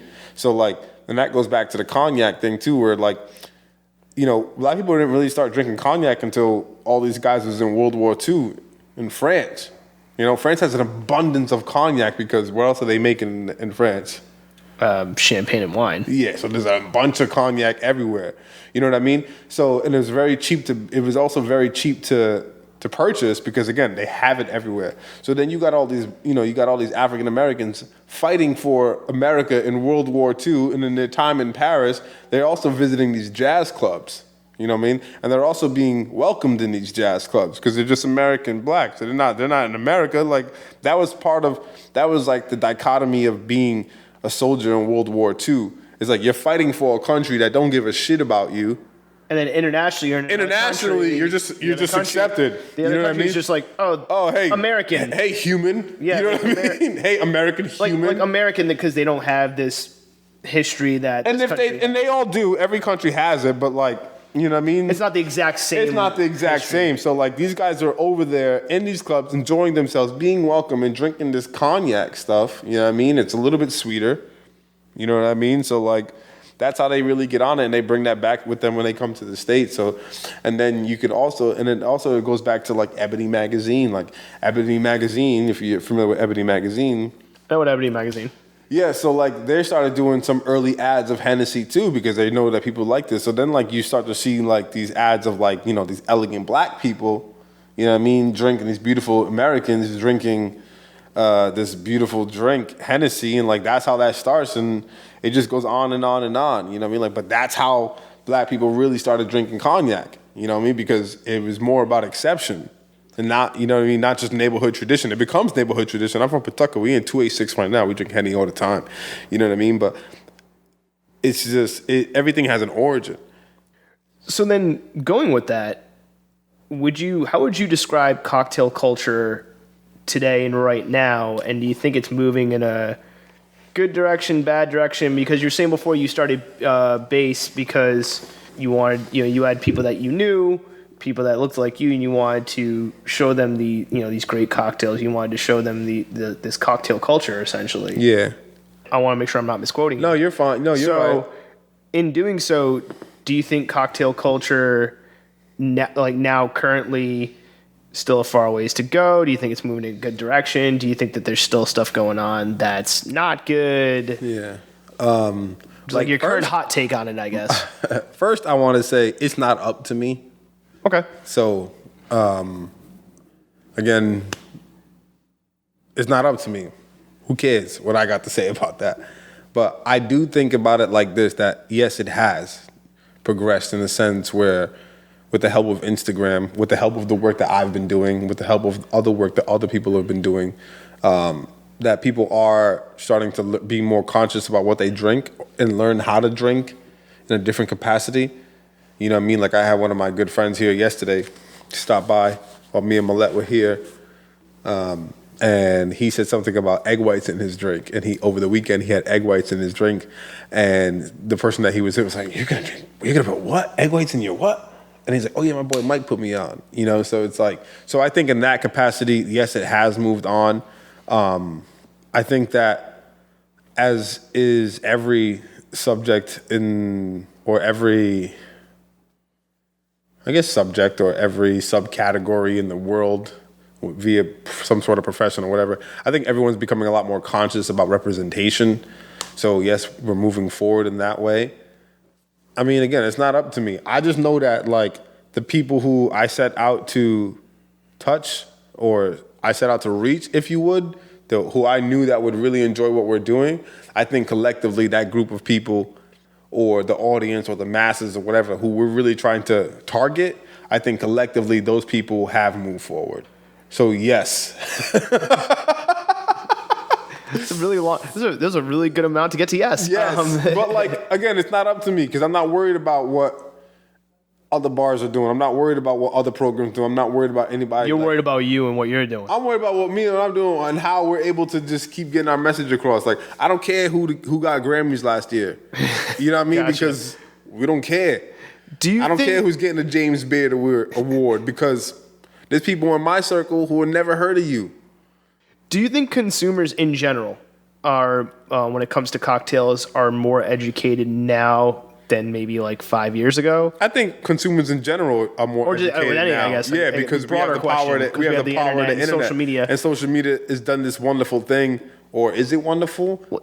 That's actually that's a whole separate podcast. It's done this wonderful thing where it really has increased everybody's taste level. Before you had to go to these places to be able to experience anything. Now you can just whip out your phone and you can see how people are getting down in these elusive places, these places that you probably would have never went before. But now you can just get to it. And not only can you can get to it on your phone, if you go visit, you feel like you've been there before because you didn't like every picture from this place for 2 years leading up to the moment. So on top of that, then what do you think consumers of cocktails or just people like bar patrons, what do you think they still need to learn, or what do you wish that they would learn or like knew about that maybe that they don't know about? Like I guess like what new, on the flip side of that. The flip side, I wish that people who are trying out cocktails for the first time, I wish that they knew that being patient really helps. Okay. And also, if bartenders need to know that hurrying the fuck up really helps too. All right. So timing is important. Timing is important. I think that's the only thing. And I wish that people knew that there's a different way to do things. Not that just because there's a different way to do things that makes it automatically better, but variety really is the spice of life. And if you really try some new shit, you're tired of being on the same old shit you've always been on, and you really want to experience something new, then you should try it. So we were talking about earlier Boston v. Providence, but yeah, just in general, Providence and Rhode Island, how would you describe the food and drink or the bar scene or the hospitality industry in Rhode Island right now versus even when you were on the come up? First, I'm still coming up. Well, I'm still coming up. I think you're successful. Like, I guess versus the early days before all this stuff existed. Yeah. First of all, I'm still coming up, and I think when I first started, I was like super naive to it, and I really thought that like these people who were behind all these places that we know and love were on a level where they were untouchable. And not in a bad way. You know what I mean? Like, I really kind of felt like, oh, man. So it was like they were on a pedestal. They were like on a pedestal. But what you fail to realize is that these motherfuckers is regular folks just like y'all and just like us. And, like, they have lives that they lead and they deal with stresses just like everyone else. And they're really just trying to do a good job. It just so happens they're really fucking good at their job. So that's what I learned the most is that people are just regular folks every day, but the cocktail scene here and the bar food here and just the restaurant industry is really good here. It really, really, really, really is good. You can get a lot of different types of food. You can get a lot of different types of the same type of food here in Rhode Island. Like, that's a whole other can of worms that nobody wants to talk about. But like, I concur. You know what I mean? Like, I'll say it. You know what I mean? Like, how many like Asian themed restaurants are we gonna have downtown, guy? Like. Especially when it's an offshoot of another restaurant. You know what I mean? Like the Jackie's downtown only because I grew up in North Providence, so I knew the original Jackie's. And then when they opened the fancy downtown, I'm like, it's the same food and they're charging more for the ambiance. Which is like, whatever. Hold on. Nothing against them because like if they can get their money for it, like hey, get your hustle on, but still. I think but also I also think that there is a hierarchy. If people don't want to talk about that, fuck it, I'll say it. I don't belong to any of it anyway. I was going to say, that's interesting, but you want to dive further into that, actually? Yeah, like, there's a hierarchy. Like, there's the restaurants that people know are the top restaurants. And, like, we've sat here and, like, named off the top restaurants off of, what's the word I want to say? Off clout alone. Just off clout. There's people who name restaurants who never even been to the motherfucker. But they know because they know the reputation of it. Thank you. And it's like, you go to some of these places and it's fine, whatever. It's fantastic food. But again, you just realize that these people are just regular people just like y'all. And I guess to answer your question is like, I think the scene is really good, but the only difference that I have now between then is like as I realize that these people are just like regular folk, like just regular folks just doing a hard job, hard honest job. You went behind the curtain. Yeah, I went behind the curtain, and it's just like, oh. Well, that's how all this is happening. And that's not to take away anything from anyone. You know what I mean? Like, because sometimes you get behind the curtain and you're just like, word, that wasn't as pleasant as I thought. And then sometimes you get behind some curtains and you become really good friends with people like Jay. You know what I mean? Gotcha. So it's like, yeah, because I remember, I was having one of my friends asked me one time, "Oh, I saw you post some shit. Where were you at?" Yeah, I was like, "Oh, I was with such and such." They're like, "Oh, who's that?" I was like, "The guy who owns Cortland Club." They're like, "Oh, wow." I was like, "Oh, word." They're like, "Oh, word. You have a dinner with the higher ups?" And I'm like, Jay, but I also remember again, like I remember being like hell bent on working there at the Cortland Club, and it didn't work out for the first couple of times. That's a long story that I don't really want to talk about. But it was bad. It was almost abusive in the first couple of times that I tried to get that job. You know what I mean? Because I thought I got it, or just the communication was really bad, and it was two people on two separate pages, and I didn't know. You know what I mean? And then there's me, who was just being out in the whatever. But it's also like, I'm also looking for employment. I'm also looking for a job. You're doing a shit job of being professional and getting back to me. You know what I mean? Telling me, making it look like I wanted to work, making it like I told you I wanted to work there, or I was ready to work, and then it just whatever. It was bad, but then all that shit passed over, and eventually I ended up getting a job there, and it's been good ever since. But like, the scene here is great, and I feel like because it's so small, though, it gets super competitive for no reason, and people are not backstabbing anyone, but like people are throwing shade at other folks. Because at the end of the day, it's all business, right? It's all business. Like, you can be as cool as you want. Like, you could open up a bar, Jay, and I can open up a bar, right? And when I say Jay, I'm talking about Mr. Sylvia right in front of me. You know what I mean? But like... The one that's hosting this podcast. Yeah. So like, you can open up a bar and I can open a bar, and we can be all buddy, whatever the case may be. Like, oh yeah, man, I hope you do well. At the end of the day, you gotta make your money. I gotta make money. I got bills to pay. Motherfuckers got bills to pay. Got staff to pay. You know what I mean? So like, it still comes down to that, and I think that gets in the way of everything. But like, there really is room for everybody to eat here, and that's what I'm noticing too. And this really is room for everybody to eat here. Like, I remember when I first got started, yeah, I got a really good welcoming from a lot of folks, but there was a lot of people who didn't know who I was, talking out of the side of their mouth, or had some very choice words to say about us, or just wasn't down with what we were doing. Like I said, I lost my job because I started this shit. Looking back, it was the best thing that ever happened. But like, I mean, the scene here is cool, but there's people out here who always feel a certain type of way. But none of this shit, I say all that to say this, none of that shit bothers me because I really don't give a fuck. It goes back to saying, I don't care who got Grammys. I don't care who got Providence Best last year.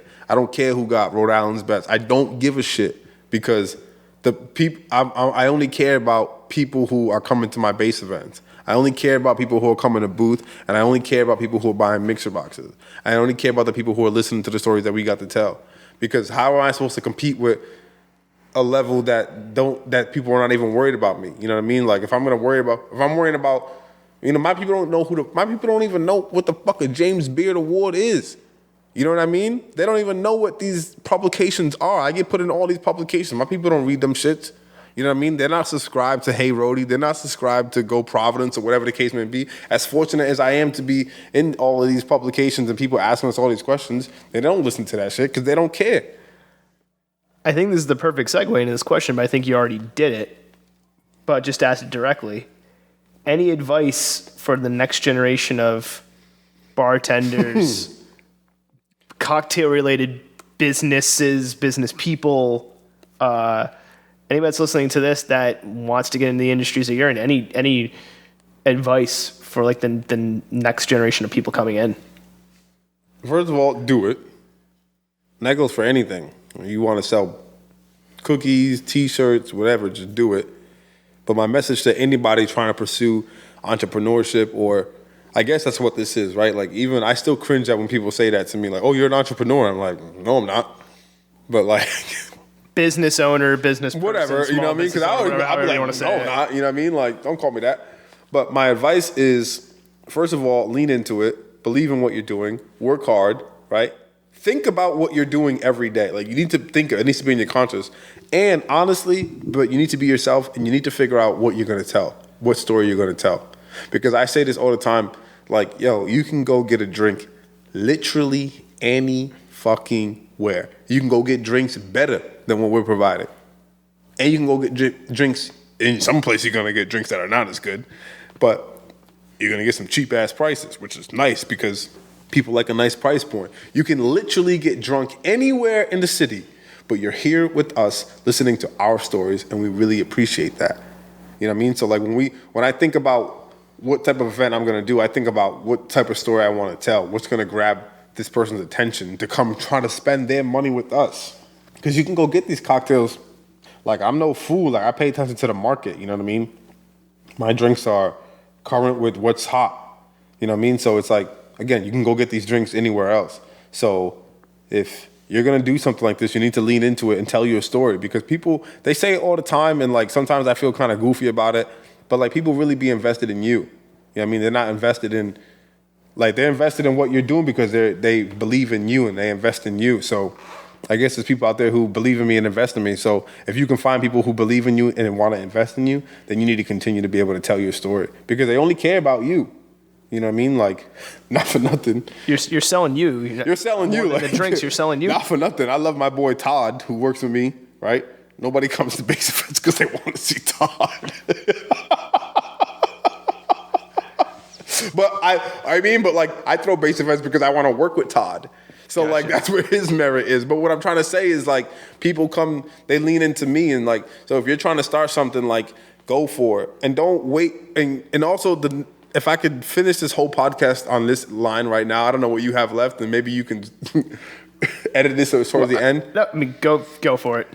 You really need to, especially in today's world, especially if you look like me, or if you look like people like me, if you're a brother, if you walk a type of way, you're from a different part of the, you're just from a different part of the neighborhood, like, and you want to get into these lucrative jobs, like, yo, nobody was gonna hire me to curate a cocktail bar. Nobody was gonna hire me to curate these boxes. Nobody was gonna hire me to do any of that shit. I had to go and create the experience that I wanted, and that's how I got my work experience. You know what I mean? Like, I was fucking working at a catering company, doing stupid. I remember I fucking catered a fucking bocce ball event. I was like, what the fuck am I doing here? Like, it made like $60 on the day. I now want a summer base bocce ball event. Yo, it's like, what the fuck am I doing here? Like, brothers don't play bocce ball, one. You know what I mean? I feel like base bocce ball would be great, though. No, hell no. But what I'm saying is, like, again, and even when, like, I was at place, I wasn't even there for a year before they canned my ass. And I remember trying to, like, they went through staff crazy over there. They went through staff crazy, like, just turning people over. And I just kept asking, please, more shifts, never got it. Again, I had to go and create the experience. So you need to go out there and create experience. So start that pop-up that you wanted to do. Start that podcast that you want to do, because, yo, it's like you right now, right, with your show. You know what I mean? Like, Medium wasn't going to hire you. The Ringer wasn't going to hire you. Nope. You know what I mean? Gimlet wasn't going to hire you. Nope. You worked where? For Dell? For who? For how long? You want to call your show what? Yeah. You know what I mean? Like, you know what I mean? Like, people only want to fuck with people who have credentials, or like, who they're going to be able to, like, basically... This whole show was started because I felt like nobody was talking about the stuff that's being talked about. So I was like, oh, I guess I'll do it. You know what I mean? So, like, you have to go and do it. Like, you even had an idea about, oh, you should be able to send it back. Somebody should do it. Like, bro, you do it. Might as well at that point. You know what I mean? People would eat that shit up. Like, bro, you do it. And that's what it really is. It's like, yo, you need to be the change that you want to see. Create the experience that you need, because no one's going to fucking hire you to do that shit unless you already work for these places. And at that point, it becomes nepotism, right? We're only picking people that we like, and we're only picking people that have the credentials. And it's just because like you have piece of paper X, so now we can give you job Y. Yeah, so it's like where it's like, yeah, you had to. Some people had to work hard to get job X. I mean, piece of paper X or whatever the fuck you just said. But it's like some people here are untapped. There's so much untapped potential. It's like, who knew I was gonna be able to do some shit like this? And still to this day, I feel like sometimes I walk around with this like imposter syndrome. I think that's everyone. But yeah, I feel like I deal with that shit every day. You know what I mean? People are always constantly asking me like cocktail questions or just asking me what I'm doing. I'm just like, word. What about the guys who, you know what I mean, who've been doing this shit for years who don't have a voice in this? And it's like, well, whatever, nigga. You should have did some fly shit in the first place. You know what I mean? I think you already did this, but since we're at the end and it's kind of a semi-tradition on this show, it's pretty much tradition. Yeah.